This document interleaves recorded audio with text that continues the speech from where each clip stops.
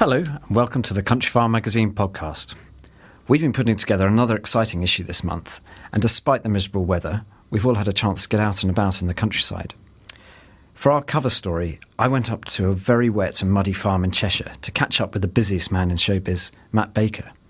I wanted to find out how he trained his lovely sheepdogs Meg and Lace. So I got a high jump pole off and I put a tennis ball on the end of it. And she was running to try and grab the end of the tennis ball as I would swing around. But first, our cover story on Matt Baker. Now, most of you may know Matt from his role on Countryfile, where he's been presenting the show for about 2 years.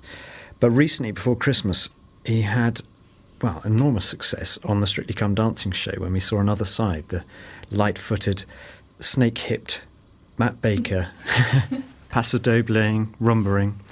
And this obviously caught everyone's attention, and now he's bagged a job on the One Show as well as Countryfile. So I wanted to find out a bit more about Matt beyond the dance floor, Matt beyond the One Show sofa, Matt the man who sort of grew up on a Durham Dales farm among sheepdogs and sheep. Just find out a bit about what really makes him tick, and particularly how he came to train his very first sheepdog. My very first dog myself was Lace, and that was when I was 14. And yeah, that was when I wanted to really start myself with sheepdogs, and train it myself and all this, that, and the other. And I remember coming home from school, she was a collie, border collie, yeah. And I remember coming home from school, and I opened up the stable door, and she was in there. And I didn't actually know that was when it was going to start. And Mum had been out and got this dog, and I came home, and she said, I've got a surprise for you down in the stables. And I went down and opened it up, and there was this tiny little collie sat there in the basket, and that was her. And it was, she felt that I was at the age where, I needed to know about responsibility and all of that kind of stuff, and having the animal, as my own, as opposed to kind of relying on them all of the time to feed the family animals. And so instead of getting a hamster, I got a collie. So I started doing a little bit of work with Lace and just kind of, training her up. And what I used a football, because all my experience with dogs beforehand had been through play and messing around and just being out and about. So I thought, I wonder if I can apply the same kind of skills or the same kind of techniques to creating a sheepdog. So I'd have a football, and I'd get her running round me with a football, and just go and come by in a way. So you've got come by, which is clockwise, and you've got anti-clockwise, which is away.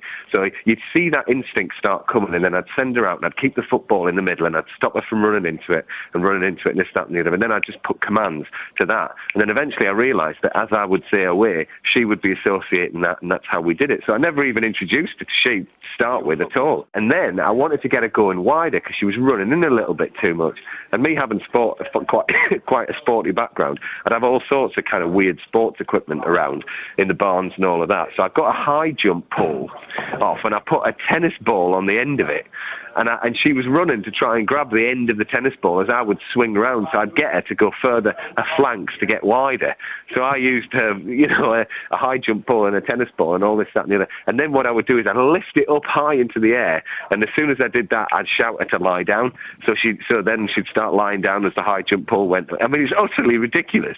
So she didn't know, she wouldn't know, but it's in them anyway. It's an instinct that you've got to work with. I mean, that's the beauty of sheepdog trying, and that's what I love so much. And then I went to the ATB classes, sort of knowing that she could, I didn't want to spoil her, so I didn't want to put her in with sheep or anything like that, because I knew I was going to go to these courses. So I wanted to kind of just turn up, but knowing that she was going to listen to me.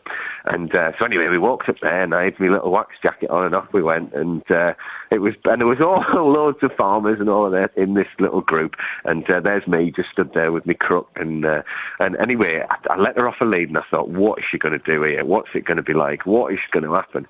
And Derek, who was there, he took a little lead, took her by the collar, and he walked her up, and he said, well, I'll just have a little look. I said, look, she's really fresh. I said, she's never seen sheep, but she does, I think she knows her commands, because I told him. And he thought it was quite funny, the fact that I'd done it with a football and a high jump ball and everything. Anyway, so he set her off, and he used his experience and put her into positions and moved around and just watched her natural flow on the sheep. And anyway, he came back, and I was like, oh gosh, what did he reckon? And he walked up to me, clicked on the lead, and he said, there's only two things wrong with that dog. I said, is there? I said, oh no, and I was gutted. I was like, what's wrong with it? He said, one is its name, and the other is that it doesn't belong to me. That was Matt Baker talking about his childhood growing up on a farm in the Durham Dales.